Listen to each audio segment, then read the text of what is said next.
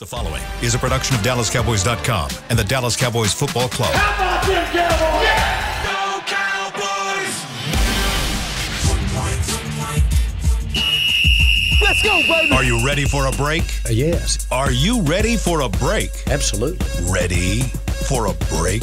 Yeah, and so much for that. It's time for The Break on DallasCowboys.com. We were on a break! With Ambar Garcia, Brian Broaddus, Patrick Walker, and Derek Eagleton. It is Friday, September 15th, 2023, season 19, episode number 32. Welcome to the latest edition of The Break. We are live from SWBC Mortgage Studios at the Star. It's our job today to get you guys ready for Cowboys versus Jets. That's happening this Sunday at AT&T Stadium. It is the home opener for the Cowboys. They are looking to go to 2-0. Jets also looking to go 2-0. So it'll be a fun game, interesting game. Lots of things for us to talk about today. We're going to start with some injury updates. There are several players that are still on the injury report. So, Patrick, give me some updates. What are we looking at? Yes, we're going to try to navigate around Ambar's panic in seeing Zack Martin appear on the injury report. Oh, yes.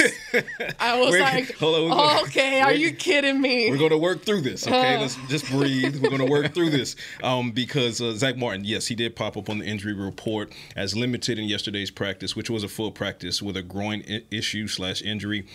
But in Zack Martin's weekly address to 105.3 from the fan on yesterday. Look at you. Yeah, Mr. Broaddus. He said, quote unquote, "I'm good, just dealing with some tightness. They were taking care of me today," end quote. So it sounds as if nothing major at all. That kind of day. Yeah, just that kind of day. And, it's a veteran guy, so, be extra precautious. So no concern there for Zack Martin. Let's fingers crossed that stays that way because we don't want Ambar to panic. Donovan Wilson, great news. Or Dak. Or the Cowboys. That's fair. Okay, if something happens to a guy like Zack, we're all panicking. That's full panic mode. We're all panicking. No doubt. Good news. Donovan Wilson upgraded to limited. That was his first padded practice participation since suffering his hamstring injury in the first week of training camp. Oh, calf injury. I'm sorry, since the first week of training camp. So and that was before they had on pads. So this is the first time having on pads since last season. Yeah. So Donovan Wilson, it just made a huge leap toward getting on the field on Sunday. Brandin Cooks, he was DNP, did not participate on yesterday, which was expected based on what Mike McCarthy said yesterday morning. He'll likely be in the rehab group again today. That's what was intimated by General Manager and owner Jerry Jones on the fan this morning, not 30 minutes ago. So, but he also said that there's a long way to go between now and kickoff. So they're not making any kind of determinations on Brandin Cooks right now. He said, quote unquote, it's not like he needs the reps. So it sounds like Cooks could be a game time decision, but if he doesn't practice, that doesn't exclude him from playing. Let's see, we got Tyler Smith.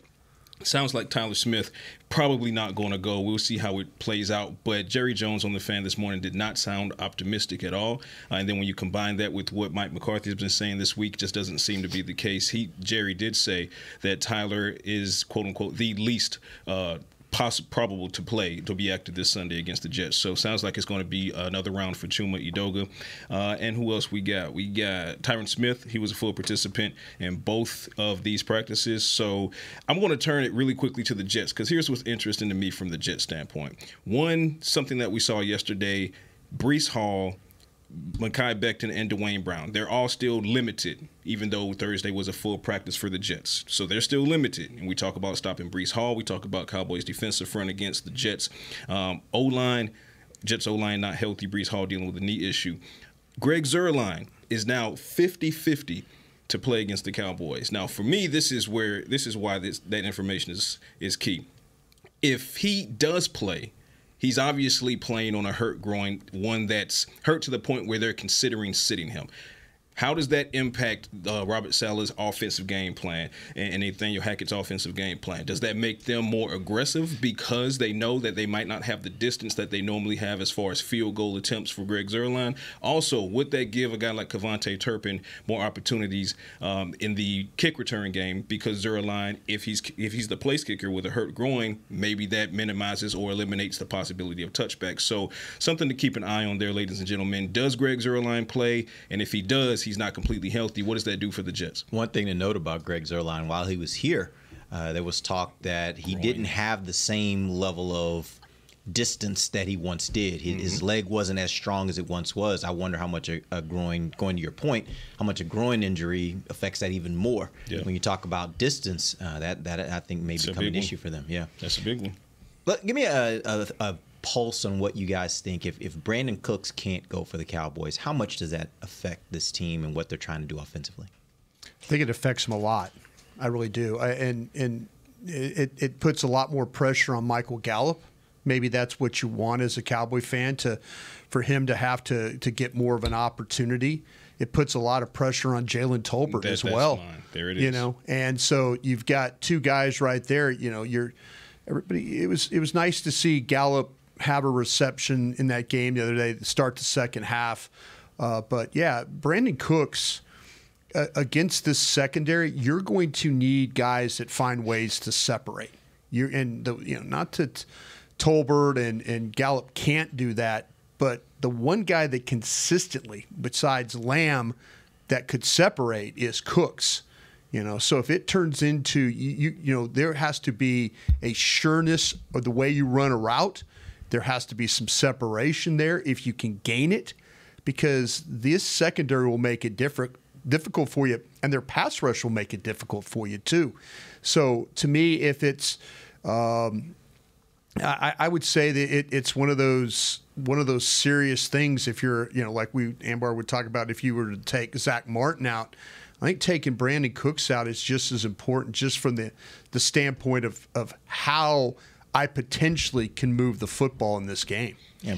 Without a Brandin Cooks, I mean, this offense completely changes in my eyes. I think he's that extra little cherry on top that brings the spark into the offense that we haven't seen it working in full go just yet. We haven't seen the passing game be at its best just yet. So they're still trying to find that game, obviously different weather conditions here. But also here in the comments, Brian, you broke down the defense. We heard yesterday, I believe it was Micah Parsons talking about this is a really, really good defense. And he even jokingly mentioned it to Dak, like, hey, you guys got to take it serious because it's a tough defense to go up against. So you talk about possibly losing that type of element, speed. I think it does change your game a little bit, but you still have other guys that you can still use. We saw, again, we talked about Kevontae Turpin, what he was able to do. Hopefully that's something that becomes more of a consistent basis, because that hasn't happened yet. But we'll see. And Brandin Cooks, he did mention, like, if he wasn't 100%, he wouldn't be playing. So I'm really curious to see what his actual condition is and what the medical staff really thinks. I think that if it was a legitimate knee sprain, I don't think he plays. Oh yeah, I mean, that's where, and I think that when Patrick got to visit with him in the locker room, and others have got to talk to him, and that Jerry Jones is talking about that. Well, he doesn't need to have reps and all that. I think that it in that regard it does bode well. I'm like I say, I just feel like where this team is at right now, you need as many people stressing this defense out as you can, and you take him out, there's that stress level goes away for the Jets, and so I want to believe this guy is going to play. I want to, because if it was as doom and gloom as everybody, I mean, there were some reports yesterday coming out about, knee sprain. I'm thinking, well, he's not going to play. But the fact that that he is where he's at, I think there's a possibility that he does play. I think it goes to the wire in the aspect of, I think the Cowboys hold him out of today's walkthrough and tomorrow's walkthrough as well, and just use this as an ice week for him, so to speak, so that it's as rested and as good as possible going against the Jets. Because to answer your question, Derek, I think it'd be a really big loss. Now, yes, to Ambar's point, you have other horses in the stable. You have Michael Gallup, who you're going to task with stepping up. You have Jalen Tolbert, who would love to have this opportunity, especially this early in the season, because that young man's champing at the bit to get out there and show that training camp and preseason wasn't a fluke. And I love what you said about Kevontae Turpin, because that's what I was thinking as well, as like a third body who could potentially be, someone who can get separation, who can give that Brandin Cooks-esque esque kind of quickness in space and on quick routes and stuff like that. And then that would, by default, maybe that brings Deuce Vaughn more into the backfield and gets Deuce Vaughn. So I'm involved. I'm assuming that if Brandin Cooks doesn't play, obviously the Cowboys are going to have a contingency plan for that. For me, that's going to be a package of Gallup with Tolbert, and then you mix in Kevontae Turpin as well, which, like I said, should allow Deuce more reps in the backfield. But, I mean, there's no way to sugarcoat it. If Cooks is off of the field, you just took a nuke out of the equation. I mean, Michael Gallup is capable. Turpin is capable. Tolbert, he's shown he's capable in preseason and training camp, not just yet in a regular season game. But none of those guys, and no disrespect to them, but none of those guys have Cooks' skill set. But I'm with Brian. I feel like it's going to come down to the wire, but I think Cooks plays. Yeah, I think that you're back to, if he doesn't play, you're back to what you were last year, which is if they can figure out a way to neutralize. Hopefully, with a better Tolbert, though. Yeah, absolutely. Yeah. You can make the argument. Yes. You can make the argument that you think Gallup is going to be better. You can make the argument that you think Tolbert will be better. We have not seen that yet, though, right? And that's the part. Like, until you see it, you don't know if you can necessarily trust it in these games. Yeah. And what we saw last season was if teams could figure out a way, particularly there at the end of the season, they could figure out a way to take CeeDee Lamb out of the game, then that had a big effect on the offense. Then your tight end's got to step up big. No doubt. That's going to be another layer to it as well. Is stretching the mid, like taxing the middle of the field, applying pressure to the middle of the field and those linebackers. So if Cooks is not on the field, I mean, you need your tight ends to step up and make these catches anyway. And I think they are going to be tasked with doing that much more so than they were in inclement weather in New York. But without Cooks on the field, you got somebody else has to. Well, I mean, and how much now does that mean that Lamb plays slot? Right. And so to me, the matchup of him and Michael Carter in the slot favors the Cowboys. Right. But do the Jets counter by saying, well, we'll stick Reed or we'll stick Sauce Gardner in the slot? We're not going to let you. Well, make them move him. That's what I'm saying. They don't want to move him. Yeah. Now, if you watch, when they got down in the red zone, there was one series where they flipped the corners, where they put Sauce on the right side and brought Reed. And I wonder if it had to do with they felt like that Buffalo was a right-handed team, that the way that they used their red zone offense is they attack the right. Because when you see the flow, it always seems like it's the quarterback, it was the flow. Everything is going to the right side there. And maybe they felt like that, with Reed, maybe he'd be a little bit more physical over there. But you have to figure out, and the fact that they've they've practiced all week without Cooks, I'm sure that they have a really good slot plan. Right. Because, I would find as many ways possible to get Turpin or Tolbert on Sauce Gardner. There you go. Yep. I am going to figure out, you are going to cover somebody all day. I'm going to make you just run today. Yep. I'm not going to let you, I'm probably not going to throw a ball your direction, but I'm going to make you run all day today. Yep. And not play in this game. Yep. Because if I don't have Cooks, I got to now find a way to use Lamb in another way to kind of create favorable matchup. In a favorable matchup. Yeah, that's my idea. Yep, I'm with you. All right, we're going to take our first break. When we come back, let's start diving into this game. We got some questions on that. We'll get to some keys of the game. Amber has a game for us in the final segment, and then we'll get our picks. We're going to get some picks today, see what everybody thinks is going to happen this Sunday. We'll be back. DallasCowboys.com radio. Todd thought it would be secure to jog in the cheetah savanna. Todd believed the big cat repellent he bought online was reliable. And now, Todd is trying to be faster than this cheetah that can run 80 miles per hour. But the good news is, Todd has AT&T 5G that is fast, reliable, and secure. And he learned the best thing to do is stop running and toss her the backpack with the beef stew. AT&T 5G. Fast, reliable, secure. It's not complicated. 5G requires compatible plan and device. 5G may not be available in your area. See att.com/5G for you for details. Cowboys fans, after that move, we've just coined the term Rowdy Replay. Let's roll back the tape. Okay, there's our mascot Rowdy cheering on the boys. And now he's on his phone, on his Bank of America mobile banking app? Staying on top of his finances with his virtual financial assistant, Erica. Bank of America's digital tools are so impressive. Cowboys fans just can't stop banking. Learn more at bankofamerica.com/can't-stop-banking. Erica is only available in the English language. You must download the latest version of the mobile banking app, only available on select mobile devices. Message and data rates may apply. Member FDIC. Welcome back into Dear Doctor, the show where I answer life's questions with an ice-cold can of Dr. Pepper. Sheila, let's hear from our next caller, would you? Dear Doctor, my friend supported me during a tough time. But what's the right gift that says, thanks for being a shoulder to cry on? Okay, this one's easy. I say give her a delicious Dr. Pepper. Nothing says, thanks, girl, better than a one-of-a-kind soda. Yes, any Dr. Pepper flavor will do. Now, just a reminder that I don't need to be a real doctor to know that Dr. Pepper is the one you deserve. They say champions are remembered, but legends are never forgotten. United Ag and Turf offers a winning lineup of John Deere equipment built to tackle any challenge on and off the field. Legendary John Deere tractors, combines, residential mowers, commercial mowers, compact construction equipment, Gator utility vehicles, and a full line of golf and sports turf equipment. United Ag and Turf, the official Ag and Turf equipment supplier of the Dallas Cowboys. Visit unitedagandturf.com to find a location near you. Back to the break. Rally Days presented by SeatGeek give NFL fans an experience of a lifetime the day prior to the Dallas Cowboys home game. On September 16th, enjoy activities at Miller Lighthouse and get a behind-the-scenes tour of AT&T Stadium and more. Visit attstadium.com/Rally Days for more information and to get your tickets today. Welcome back. It is the second segment of The Break, live from the SWBC Mortgage Studios at the Star. This segment is presented to you by blockchain.com. Here's a question I have for you guys. I was watching the game last night. The Eagles, they get the win.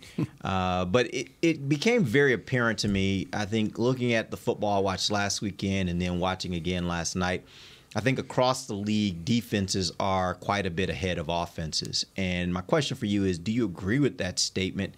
And if so, what do you think is the reason for that?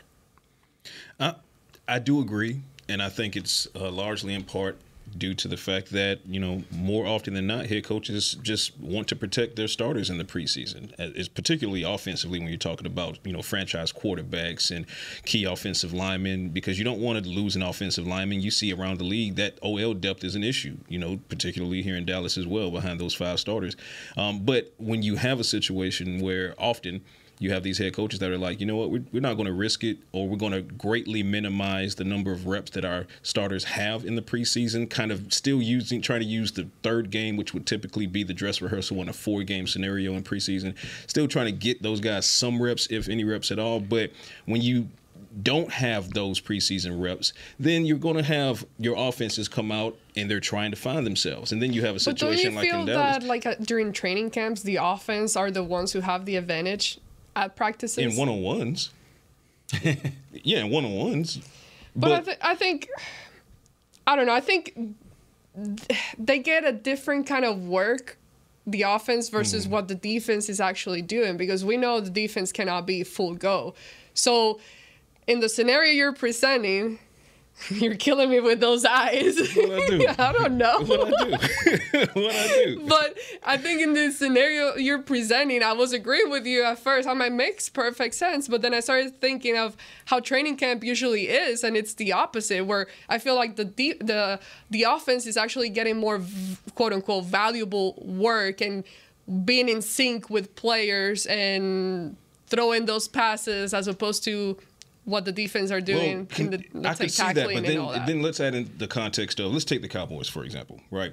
The Cowboys, you have a new play caller, right? And maybe somewhere else in the league you have a new play caller, or it's a second-year guy like Nathaniel Hackett or whatever the case may be. So you have a new play caller or a new-ish play caller, and they're trying to do installs. Whereas if you flip it, if you keep it to the Dallas as an example, this is Dan Quinn's system. And for the most part, this is his same assistant coaching staff. And for the most part, they were able to prevent attrition and turnover and free agency and things like that. So that defensive unit, this defensive unit in Dallas is pretty much whole, and it's a continuation. But when you have Cowboys, they were adding in Brandin Cooks, and then Jalen Tolbert was trying to get some burn. Kevontae Turpin's trying to get some burn. Let's mix in Hunter Lipke. Hey, let's throw in Deuce Vaughn as well. Oh, by the way, Zack Martin had a holdout. So from that context, the Cowboys offense, if we're using that as just a microcosm of the example, did not have the advantage in training camp. So yeah, the defense would come out, and that's why the defense, yes, there was rain and everything as well. But the defense, even on a clear sky in New York, I believe the defense would have still had the advantage over what we would have expected to see from the offense. But then you tie it into, generally speaking, from a macro, if the trend continues where when head coaches are, and I'm completely on board with it. Check the receipts. I don't want franchise players playing in the preseason. I'm fine with that. But yeah, it's going to take a little bit, 1 or 2 weeks for those offenses to catch up with the opposing defenses, because to me, the defenses have the lead. There's just not good enough offensive linemen in the league. There's that. That's a problem. When you watch these games, and every team has that problem. We work on the draft show every year, and we talk about there's outstanding defensive players in this league. The Russians, the edges, the tackles, linebackers, the front seven, the ability to cover is so much better now. You don't have enough offensive linemen. You're playing, if you're lucky if you have 1 or 2 that are really, really good. And what happens is that puts a lot of pressure on your offense when your inability to block. You saw a great example of that the other day in the Cowboys game. Giants have worked on their offensive line. They don't have it right. What happened? They got exposed. Teams, look what happened with Minnesota. I mean, those teams, everybody's got situations with their offensive line. There's just not enough good offensive linemen to go around. The draft has been a little better for the top of the draft for some teams, but there's also been a lot of misses there. What needs to happen? What needs to happen with the college players? The real problem is, though, that it's harder to find offensive linemen just because of their size. You could take converted running backs and make them edge rushers. You could take converted. I mean, we've seen guys like quarterbacks. We've seen running backs. We've seen. You can convert players to bulk them up and play other positions. It's John hard. Stevens was a receiver. They tried to move it's the tight end. hard. It's hard to find offensive line bodies. The one thing offensive linemen have come a little bit better, and the way that teams, we've got the 7-on-7 in high school football it's all about passing. Well, where do we work the offensive linemen in these drills? Where do we develop offensive linemen? A lot of it is natural ability, and they were brought up. Well, hey, you're not an edge. You're a right tackle, or you're a left tackle. It's very, very rare that we have enough of these guys, especially, and the way the game is throwing the ball every snap. These guys don't develop as run blockers. They really don't. I mean, you're fortunate to have a guy like Terrence Steele, who's complete opposite. Yeah. He is a much better run blocker than he is a pass blocker. But there's a lot of guys in college, and he came from a school at Texas Tech that threw the ball every single snap.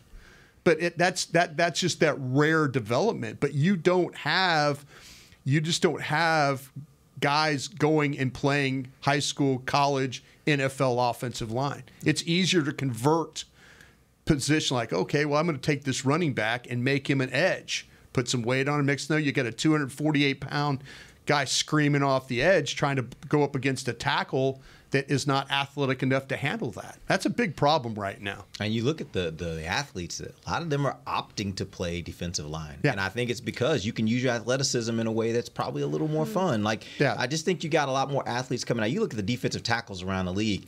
You can go to almost every team and find a really good defensive tackle these days. Especially in this division, that used to not be the case. Yeah. A 3 technique on almost every team, you'll find a really good one. Right. And that used to not be the case. And I think it's because over time they've gotten a little better because athletes are choosing that position because they know there's opportunity there. The next position that's going to die is running backs. Right. Kids are not going to play running backs. We're going to start to see. Parents will be like, that ain't no money in there. But that's what I'm saying. Some of these running backs in college, the way they're used, the NIL money will be better than the money they make in the NFL. Yeah. And it's just we're going to come to a point where colleges are going to start to use receivers like what San Francisco's doing they're using running backs, the Deebo Samuels and those kinds of guys. And you saw what Deebo was like. He was like, don't make me running back. Yeah, he was like, don't pay me like a running back. You can use me a little bit there, but I'm a receiver. Let's be clear, I'm a receiver. I think more and more players will be like, make sure you keep me over at receiver. The last ones this draft was incredible. The Bijan Robinsons and others in this draft. But it is going to become a dying position because they're just not going to use them anymore. People are not. I don't want to play running back. Play me at linebacker. Play me somewhere else. Yep. All right. Let's get into Cowboys versus Jets. Let's talk first about Garrett Wilson. He's the wide receiver for the Jets. Very talented wide receiver. I know you said yesterday, Brian, that he's a guy that kind of can move around.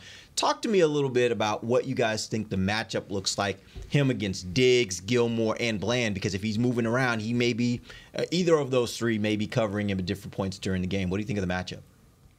I think when it comes to, each one covers differently, but each one excels at what they do. Like DaRon Bland, for example, much more physical. He likes to play tighter in space, being your personal space, disrupt your time, and he loves the man coverage of the three players that you just named. Whereas a guy like Diggs, he can do man, but he's better as far as being able to drop back, read, and react. And then Gilmore, he has the football IQ to just be able to do whatever needs to be done because he knows the route 9 times out of 10 that you're about to run before you come out of your break.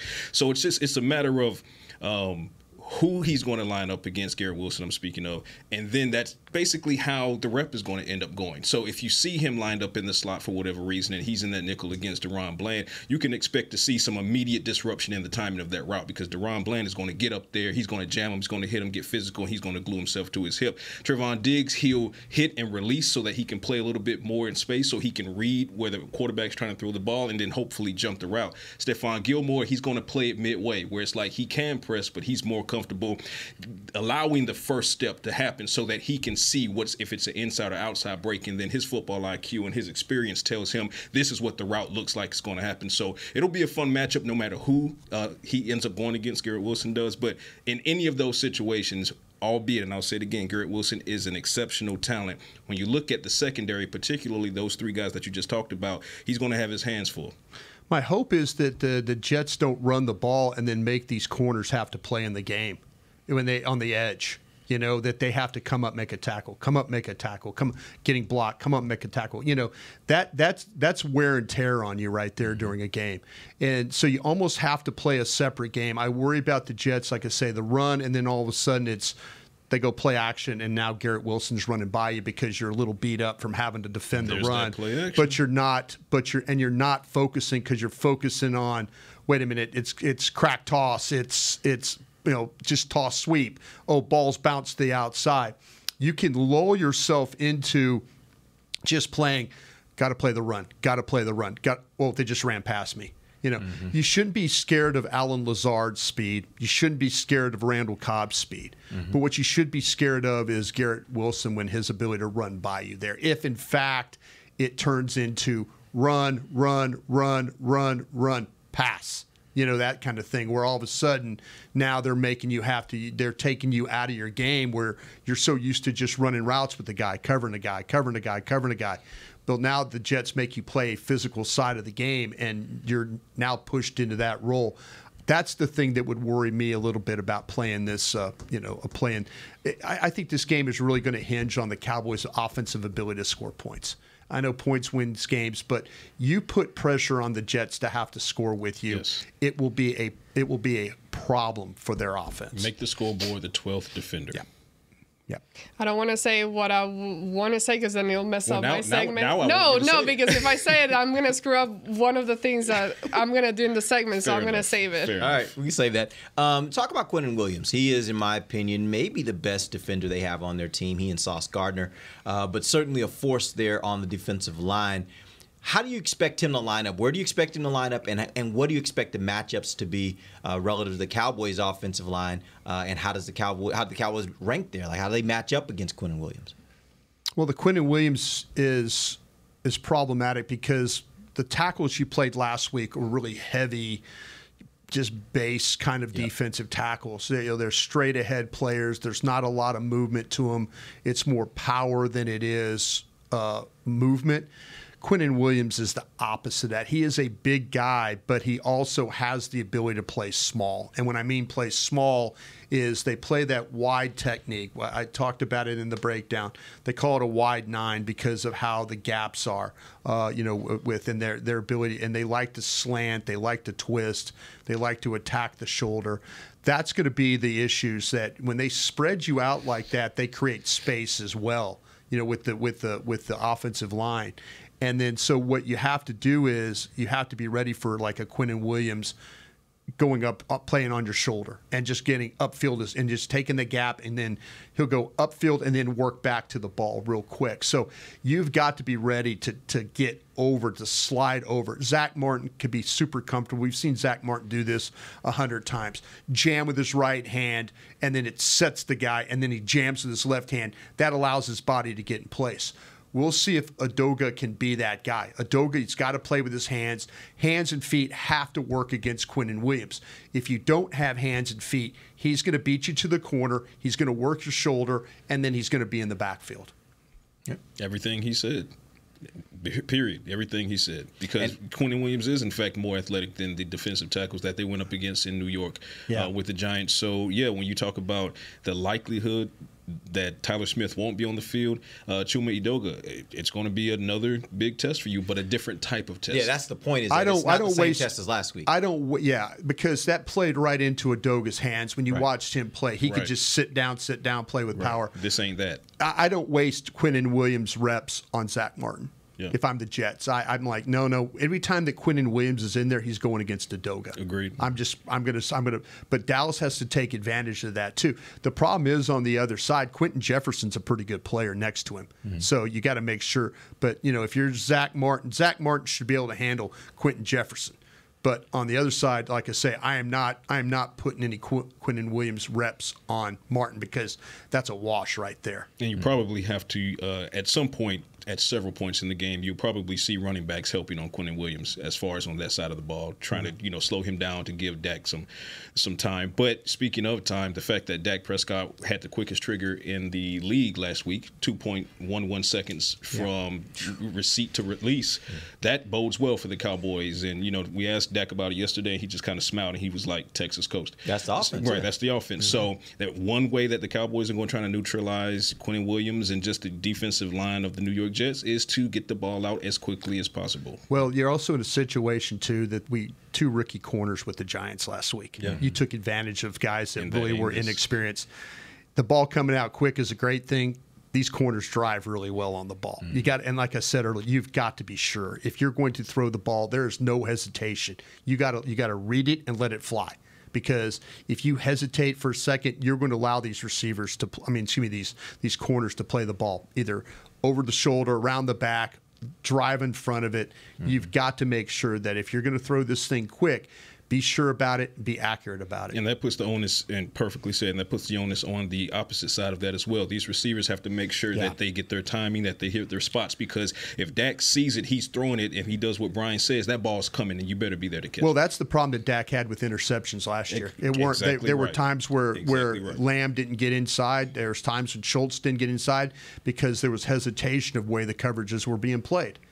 Guys jam them on the line. They don't get off the line. They're kind of off balance, and now the ball's in the air, and now you're dealing with problems. It's funny how our mood has changed, how differently it's changed when mentioning Chuma's name in a matchup compared to last week. Had this been this week, we would have been.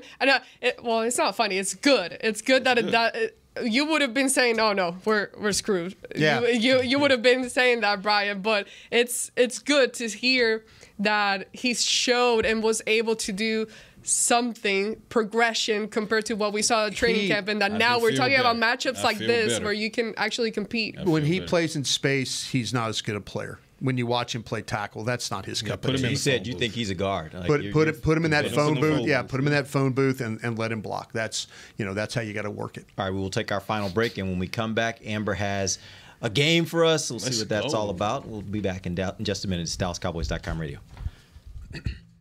Todd thought it would be secure to jog in the cheetah savanna. Todd believed the big cat repellent he bought online was reliable. And now, Todd is trying to be faster than this cheetah that can run 80 miles per hour. But the good news is, Todd has AT&T 5G that is fast, reliable, and secure. And he learned the best thing to do is stop running and toss her the backpack with the beef stew. AT&T 5G. Fast, reliable, secure. It's not complicated. 5G requires compatible plan and device. 5G may not be available in your area. See att.com/5G for you for details. Don't put off getting your oil changed, Dallas. Take 5 Oil Change, a proud partner of the Cowboys, is faster than you think. There's no appointment needed and no waiting room. Yep, you heard that correctly. Take 5 is so fast, you don't even have to get out of your car. You can take advantage of Take 5's fast, friendly, and simple service at any of their locations across the Dallas area. And remember, at Take 5, you stay in your car because they're faster than you think. Take 5, the official oil change of the Dallas Cowboys. It's the official men's skincare brand of the Dallas Cowboys, Jack Black. And right now, Cowboys fans can get 15% off their $75 order. Plus, because every deal needs a playmaker, your order will include a free 5-piece skincare set and free shipping. The Jack Black Playmaker is 4 of Jack's favorites and a full-sized intense therapy lip balm. Make a play for the Playmaker at getjackblack.com/Cowboys with the code CowboysVIP. That's getjackblack.com/Cowboys with the code CowboysVIP. They say champions are remembered, but legends are never forgotten. United Ag and Turf offers a winning lineup of John Deere equipment built to tackle any challenge on and off the field. Legendary John Deere tractors, combines, residential mowers, commercial mowers, compact construction equipment, Gator utility vehicles, and a full line of golf and sports turf equipment. United Ag and Turf, the official Ag and Turf equipment supplier of the Dallas Cowboys. Visit unitedagandturf.com to find a location near you. Back to the break. Check out the latest and greatest addition to the tours at AT&T Stadium and the Star in Frisco. Meet Jerry Jones, an interactive experience. Get a peek behind the curtain and into the fascinating life of Jerry Jones with a focus on innovative fan experience. In partnership with AT&T, this interactive technology gives the tour goers the opportunity to ask Mr. Jones a variety of questions. For more information and to book your tour, visit dallascowboys.com/tours. Welcome back. Final segment of the break, live from the SWBC Mortgage Studios at the Star. It's time for a little segment with Amber that she calls "Who's Behind That Voice?" What you got? Yeah. So winner and loser gets to take a shot. You guys get tequila. Brian, you get bourbon. No, I'm just kidding. Is that what we're doing? I'm just kidding. Oh, we turned it up. It is Friday. We turned it up. Freaky Friday. Yay. Hashtag Freaky Friday. Turn it up. No, but in this game, we're going to... Turn it up. We're going to listen to a voice, a player's voice, Yep. and it's going to be muffled, and you guys are going to have to guess who it was. Patrick, you go last because you're usually more inside the locker room. Phooey. And then we'll listen and see the video of the player responding to something else, and then we'll discuss. Okay. All right, let's do All it. right, so let's go. Chris is going to be working pretty hard back there, so go ahead, Chris. Just a bunch of dogs. Just a bunch of dogs. So it's really not much to say about it. It's just a bunch of dogs. You see it on film. You turn the tape on from the top to the bottom. From the top to the bottom, we got guys that's going to get after it. Brian. I was in the locker room for that one. Okay, Yeah. I was not. So I'm going to guess that's Diggs, That's a good guess. but it's not Diggs. It's not Diggs. Yeah. Who is it? Jaron Curse. It's Jaron Curse. Let's see the clip. Play it, Chris. You know, we just got guys that gets after it, and huge shout out to my young boy Marquise Bell. I'm proud of him. You know, we just got guys that gets after it, and huge shout out to my young boy. All right, it is Jaron Curse. So points for you two. Wanted to talk about Marquise Bell. He's a guy that we haven't really talked a whole lot about him. That before he was kind of that guy that was kind of on the line. Is he gonna be good enough? Is he not? And he's gotten to the point where he's showing some things to the point where you get a guy like Curse calling specifically his name out after a win. A big win in the first week. So, Brian, I'll start with you and your thoughts of the progression and what Bell has shown so far. And quickly, I know because this game is a lot of fun. The thing I really like about Bell is that he showed up at training camp. He showed up in the preseason games, and he's carried it over to the games. The game does not look too big for him. He fits in a lot of different roles. He's a physical player. He's a finisher. I love what Dan Quinn's been able to do with him, that physical nature, but he's able to play with. In love with Marquise Bell is doing, did in training camp, did in preseason, like Brian said, it's rolling over to the regular season. But even more impressive is the fact that, I mean, for the most part, for what we saw in week 1, he's being thrown into what we can call the overshown package. Yeah. And he was thrown into that in a fairly short order, and now he's on the road, in the rain, flying all over the place, leading the team in tackles. I mean, just a fantastic story for a guy out of an HBCU when the narrative is that those kinds of players don't come out of an HBCU. So I talked to Marquise a couple days ago in the locker room, and I asked him, you know, what is his mindset as far as keeping this going? And he was like, keeping in mind before the game, he was like, he was willing to do anything and everything the Cowboys wanted him to do. He showed that. So I said, hey, fantastic game. How do you build on that? And he said, hey, at the end of the day, it's just me playing football. I love that mindset. That's the dog that J-Ron is talking about. I will say this, and I feel bad for feeling like this, but I can't help after watching that game think, man, I really wanted to see DeMarvion Overshown in that role. I think he would have. Why did you feel bad? You should not feel well, the reason why I feel bad is It because doesn't. You feel like it diminishes. I feel Marquise? it diminishes what Marquise was able to do. It diminishes what Wanye was able to do. Like they both played really great games, and they helped this defense. And so I don't want to take away from them, but that still is in the back of my mind. Like I really wish I could have seen. Hook 'em. I really wish I could have seen Overshown this year in that role because I think he could have been outstanding in that role. I think both things are true. I mean, we can be very impressed as we are with what Wanye and Marquise were able to do, and still kind of wish we were able to see this year what Overshown would have done because, I mean, he just lit training camp on fire. But we'll see him in year 2, and that I am really looking forward to. All right, let's listen to the second audio. That's for y'all to write, you know. The only thing we do is go out there and play the game, you know. So if y'all feel like the statement was made, go ahead and put them on you know, the front page, big letters, you know, bold letters, you know. But I definitely feel like we did our job, you know, to the maximum of our ability, and feel like we can still learn and get better from it. You know who that is? Yeah, who is it? Oh, do I have to guess? Yeah. Oh, I thought you were. I'm last. I thought you were going around the room. No, she said I'm last. She doesn't want us to do it first. Go ahead, guess. They already laughed. It was Marcus Lawrence. It was Tank. Is it Tank? It was Tank. It is. I was thinking him or Hankins. It was Tank. Kind of a Hankins, kind of a little. I could see that. I could see that. Yeah. But no, he was definitely like, I like the part where he said, "Put it in big letters." That's for y'all y'all. put it out there For y'all to write. put it in big letters. All right, let's see the video. Go ahead. Yeah. Game, we're gonna make sure we get back in, clean up our mistakes. Oops. And necklaces. That'll do. That's him. His necklace. It was a quick clip. I don't know what happened with the clip, but basically he's saying we're gonna go out there and not have we're not gonna get a big head. Right. So back to what we were talking about a couple of days ago, it's good to get veteran guys, leaders like him, kind of keeping yourself grounded and knowing, let's move on to the next opponent. All right, let's listen to the next audio. You asking me or you telling me? You asking me. I feel like we're just going to continue to put it on display every week, and then we're going to let y'all decide. I think I know who that is. Derek's over here thinking. It was one of the defensive guys. I'm trying to remember who that was. I remember the quote. Was it Osa? I don't think so. I think that might have been Secondary. I got my guess. I think I know who it is. Malik Hooker. Go ahead. It's Trayvon. Yeah. Oh, that's Diggs. All right. I was not thinking him. All right, let's watch the clip. You asked me, are we the best cornerback duo in the league? Okay, that should have known better. I feel like we're just going to continue to put it on display every week. Yeah, that was my man Nick's question, actually. Nick Harris. Yeah. Okay. All right, I remember that moment. Do you guys feel that they are becoming him with the combination of Gilmore becoming the best cornerback duo in the league? Huge upgrade over, and nothing against Anthony Brown, but a huge upgrade over what they've done there. They've done it with the pass rush and then the ability for both their corners to cover as well as they do and kick Bland in there as well. Yeah, there was a lot of personnel directors around the league that would love to have this secondary. I said coming into the season, and I was not shy about it because I'm not shy about anything. I said that this duo was the best duo in the league, and some people kind of pushed back on Twitter, and they were like, "Well, what about in Miami? Xavier Howard, Jalen Ramsey." Then of course Jalen Ramsey gets injured in August; he has to deal with that.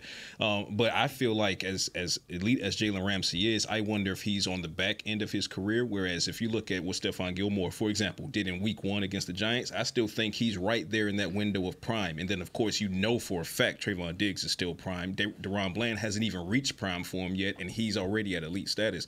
So even if you remove Deron from it, I think that this duo here is, in fact, the best in the league. I'll even take it a step further. I agree with all that, and I would really focus in on the point of they are the best threesome in the league. Like, I don't even think it's close if you start saying the top three. If you go look at everybody's top three, and if you want to just get really crazy, you want to do the top four? Like, I think when you look at this secondary, it's nuts. Between the cornerbacks and the safeties, not only are they good, they're good and they're deep. They're extremely deep. Yeah. And so that's the part to me that's even more important than saying they're the best duo in the league. This secondary is really good and they're very deep, and I don't think there's anybody that's close to them when you look at it from that standpoint. I asked Diggs in the locker room, had a kind of side exclusive talk with him, and I said, what do you think your message would be to those that saw that game as far as secondary, your ability to tackle, killing that narrative and everything? He said, don't throw the ball. All right. There it is. All right, well, keep tackling. Can we do one last one? one? Let's do this one more. last one, it relates to the game this weekend, so let's listen to the final audio.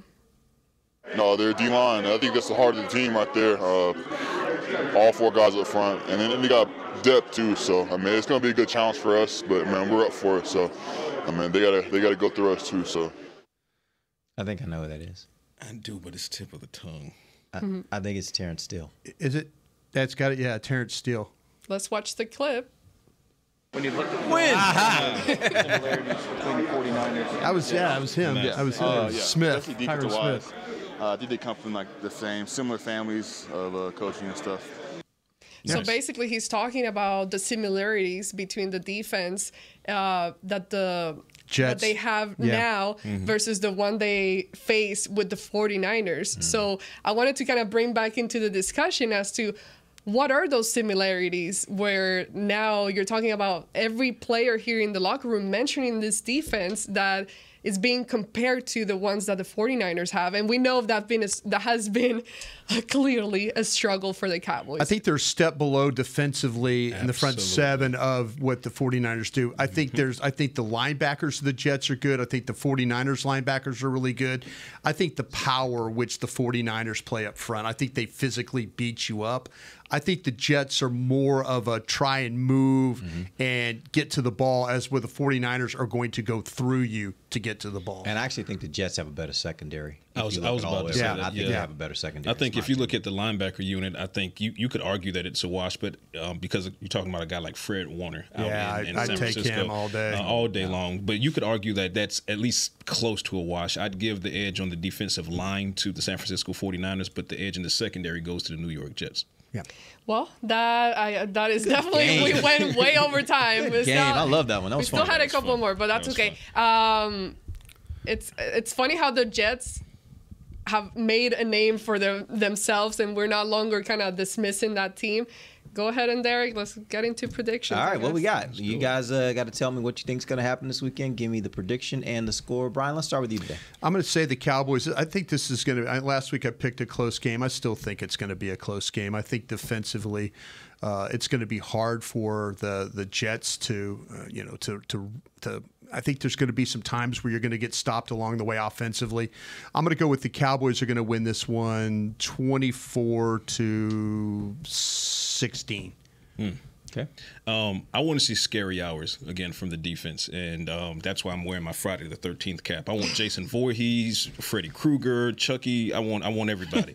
I want it to be a horror movie for Zach Wilson, and I believe that it can be. To that point, I don't know that the Jets offense can get going. I think the Cowboys do a very effective job at bottling up Breece Hall and Dalvin Cook, and everything just falls into place from there. Offensively, I do believe that they're going to get more on track as far as being the meat of what happens on the scoreboard for the Cowboys. So I don't think it'll be as close as many think. I'm going 24 for the Cowboys. They're still going to have some challenges going against that defense. But I think the Cowboys defense shuts down Zach Wilson to the tune of 6. I think they only get 2 field goals. So 24-6 Cowboys. Oh, mine was kind of close. I'll be quick. I think Cowboys win 29-9. No, 27-9. 27. Yeah, 27-9 I like Cowboys. All right, and I also think the Cowboys win. I think it's a low-scoring game for the Jets. I also don't think it's a big scoring game for the Cowboys. I think it's a defensive battle. Yeah. Cowboys win 17-6 in a otherwise pedestrian game. You move on to the next week. Real quick, though, we do have our pod picks. I want to ask you guys, who do you think will be the first receiving touchdown? Who will catch the first receiving touchdown for the Cowboys this weekend? I'm going CeeDee Lamb. All right. I think, and we don't know if Cooks is going to play. We're optimistic that he will play. But even if Cooks does play, I think it's going to be CeeDee Lamb. All right. I'm going to go with Ferguson. Yeah. We always think alike every time. Well, I went with Ferguson last week and he dropped, so I don't want to jinx him. I hear you. I know, and I was just thinking, a tight end is so easy to choose for a guy like Dak, But, man, I don't want to choose Ferguson again, but let's just call it I have to give you a name, huh? Yeah. You got to give me a name. You're choosing Ferguson, too? I don't want to take choose the same Show thing. me do. Hey, we've seen crazy things You could go Hendershot. That's not a bad one. Yeah. It's not, but I don't feel it. So Schoolmaker. You want to tighten this up? Schoolmaker. Just you can go Ferguson. let's give it to Gallup. Let's see Gallup shine a little bit. Ferguson for the two of us. All right. Appreciate you guys joining us. We'll be back next week. We'll let you know what right and wrong for the Cowboys. Till then, for Patrick Walker, Brian Broaddus, Amber Garcia, I am Derek Eagleton. This has been The Break live on DallasCowboys.com radio. This has been a production of DallasCowboys.com and the Dallas Cowboys Football Club. How about this, Cowboys? Yeah!